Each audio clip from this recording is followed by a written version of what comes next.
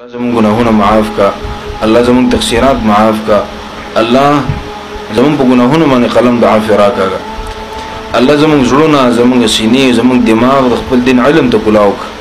رب العالمین موږ ته علم نافع نصیب کا، الله موږ ته علم نافع نصیب کا او د علم باندې د عمل توفیق الله تعالی موږ لراکا. الله موږ ډیر زیات ګناهګاری، ډیر سیاکار او خطاکاری، الله ډیر زیات کمزوري، الله د خپل کمزوري پر یاد تا تکو. الله زموږ په کمزوري باندې رحم وکا، زموږ د کمزوري ته وګوره.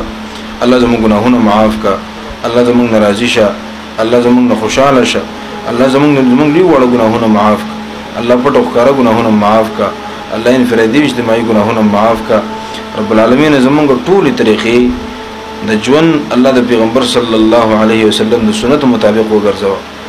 الله د خپل کتاب تابعداري توفیق الله تعالی موږ لراک.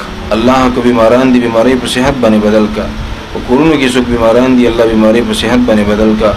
الله خپل لاړې دارو کا، الله په علاجونو کې خیر او برکت واچوا. رب العالمین چې اولاد نشته نیک عمل او صالح اولاد ولورکا. الله د چا نارینه اولاد نشته، الله نیک عمل او صالح نارینه اولاد ولورکا. الله د چا بچی نه فرمان دي، الله د بچی تابعدار کا، امور او بلار تابعدار وګرځوا. الله د خپل ذات فرمان بردار وګرځوا. رب العالمین زمون گناهونه معاف کا، الله زمون د ناس تقبل کا، الله زمون د ټوټه پوټه مهنت په خپل دربار کې قبول او منظور کا. الله مونږ چې په دنیا کې ژوند دي الله د شریعت او دین په پابندو ساته. الله چې کلم رخصتي او کامل ایمان سره مقصد کا. وصلى الله تعالى على خير خلقه محمد وآله وصحبه أجمعين برحمتك يا أرحم